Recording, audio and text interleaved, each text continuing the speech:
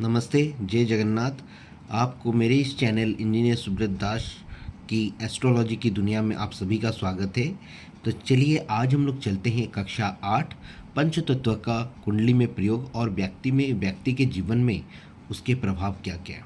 तो पिछले क्लास में हम लोग भाव तत्व और ग्रह का रहस्य के बारे में हम लोग कुछ जान चुके थे। तो आज हम लोग चलते हैं वो जो तत्व था उस तत्व के आधार पर आप किसी का विश्लेषण कैसे कर सकते हैं। तो ये जो तत्व है ये तो हम लोग देख ही चुके थे हमारे कुंडली में। ये तत्व ये कहाँ कहाँ रहते हैं और किस प्रकार से रहते हैं, तो उस हिसाब से हम लोग उसकी राशियाँ कौन कौन सी है और उनका स्वभाव कैसा है।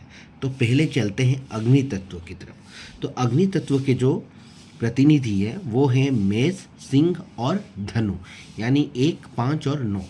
तो ये जो जाति के जो उनके जो लोग होते हैं उनका स्वभाव कैसा होता है।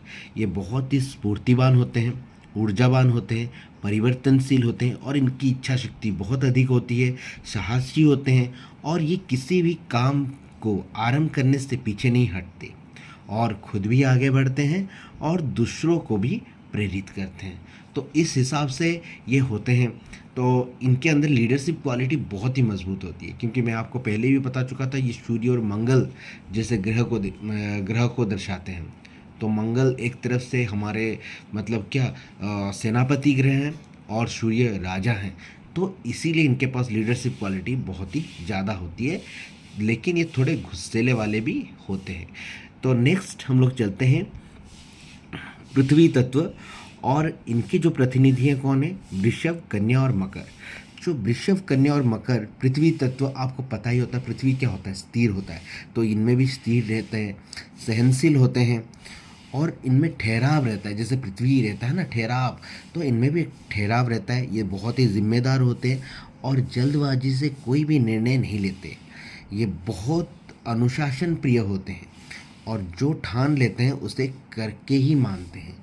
तो इस जाति के लोग ऐसे होते हैं और इस तत्व के गुण इनमें बहुत देखने को मिलता है, जो है पृथ्वी तत्व। तो नेक्स्ट तत्व क्या है हमारा, वायु तत्व। तो वायु तत्व में कौन कौन सी राशियाँ आती हैं, मिथुन, तुला और कुंभ। जैसे वायु रहता है, वायु क्या रहता है, कभी बहुत तेज होता है, कभी बहुत धीमी होता है। तो इस जाति के लोग भी बहुत ही चंचल हो जाते हैं, कभी कभी थोड़ा रुक भी जाते हैं, फिर से चंचल हो जाते हैं, लेकिन ज़्यादातर चंचल होते हैं। इनके स्वभाव बार बार बदलते रहते हैं, इनके डिसीजन बहुत ही ज़्यादा चेंजेस होते हैं। ये निकलते हैं कुछ और, फिर करके कुछ और आ जाते हैं।